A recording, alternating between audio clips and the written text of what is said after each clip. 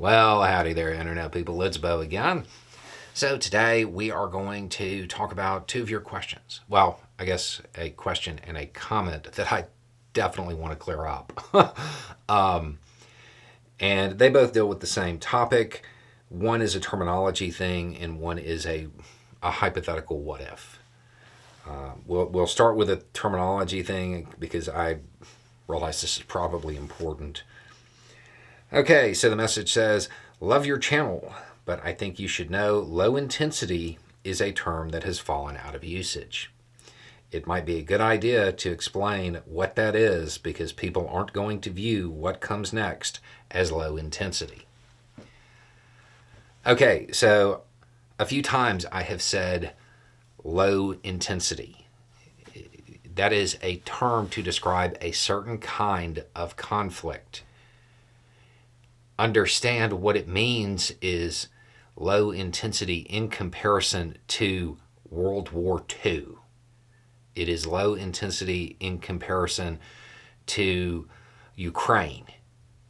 Low intensity conflict, the low end of that term includes the Troubles. The high end of that term includes large phases, large periods of the war in Iraq.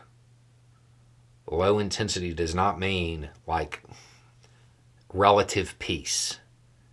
It means a different kind of operation. Don't confuse it. It's still war. If you ever hear me using a term that has fallen out of usage, please let me know. I do want to clarify that.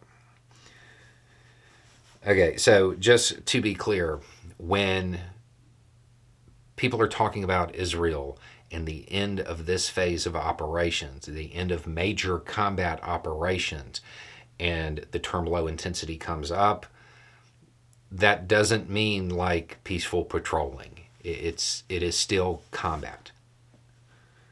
Okay.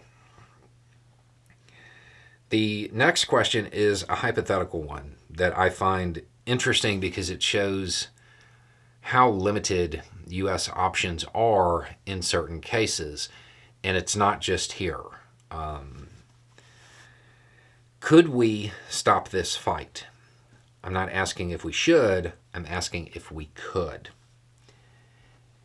And by that, I'm kind of reading into this and to mean, can we stop it by force? And we meaning the U.S. Diplomatic efforts, they're underway. So I don't think that's the question.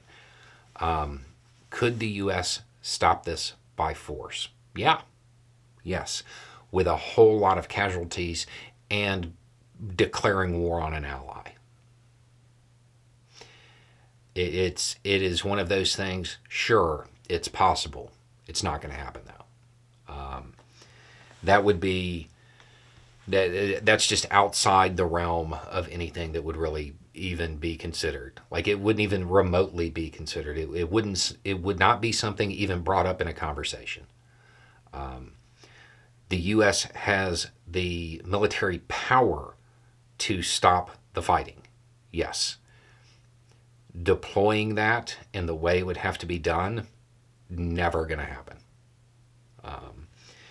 And it's not just about, one of the parties being an ally. There are times when the U.S. has the power to stop two parties from fighting who aren't allied. Neither one of them are an ally. But doing it might actually be worse than allowing the fighting to continue. And it's one of those things where realistically, the United States needs to be moving away from being the world's policeman.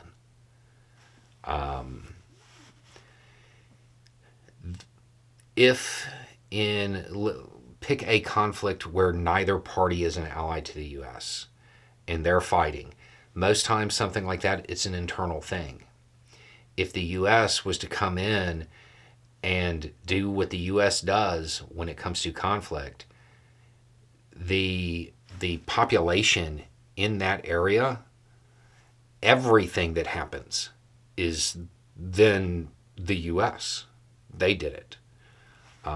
There are times when it won't be done for foreign policy reasons, and then there are times when it won't be done because it would literally be worse. The U.S., when it comes to enforcing peace, the U.S. isn't really that good. The way it stops conflicts is by taking out command and control, taking out the leadership. It's not a scalpel; it's a sledgehammer. And the U.S. in particular, when you look at recent conflicts, the U.S. wins the war, destroys the opposition's military, and then loses the peace. And when you're talking about stopping a war, it is using force to do that. Oftentimes you just fracture the various sides and create an even more violent situation. And that's in a situation where there aren't foreign policy constraints stopping it, because there's no way the U.S. is going to use force against Israel. That's just not going to happen. So the question is, yes, the power exists, but it won't be used. So anyway, it's just a thought. Y'all have a good day.